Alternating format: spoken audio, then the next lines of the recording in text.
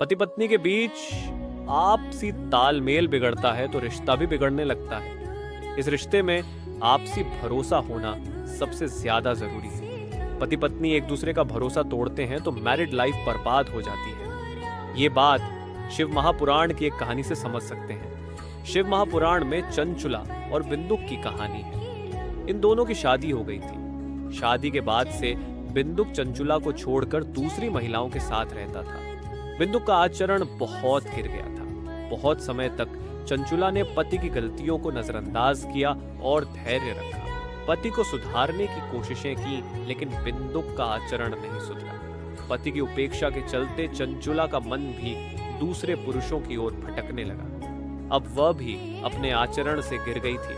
पति पत्नी दोनों ने एक दूसरे का भरोसा तोड़ दिया था। कुछ दिनों के बाद बीमारी की वजह से बिंदुक मर गया।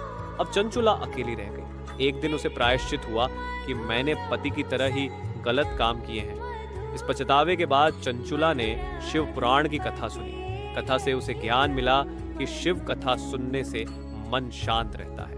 वह शिव जी की भक्ति करने लगी थी। जब चंचुला की मृत्यु हुई तो उसकी आत्मा शिव लोक पहुंची। शिव लोक में देवी पार्वती ने चंचुला का साथ दिया और शिव जी से कहा कि इस स्त्री का दोष है।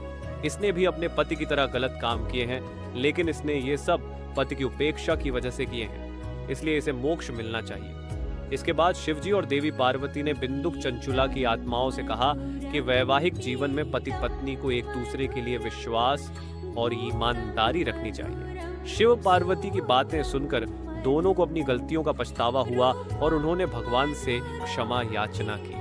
इस कथा की सीख यह है कि मैरिड लाइफ में पति पत्नी एक दूसरे के भरोसा अटूट होना चाहिए। जब ये भरोसा टूटता है तो ये रिश्ता भी टूट जाता है। वैवाहिक जीवन में ईमानदारी बनाए रखेंगे तो आपसी प्रेम बना रहेगा।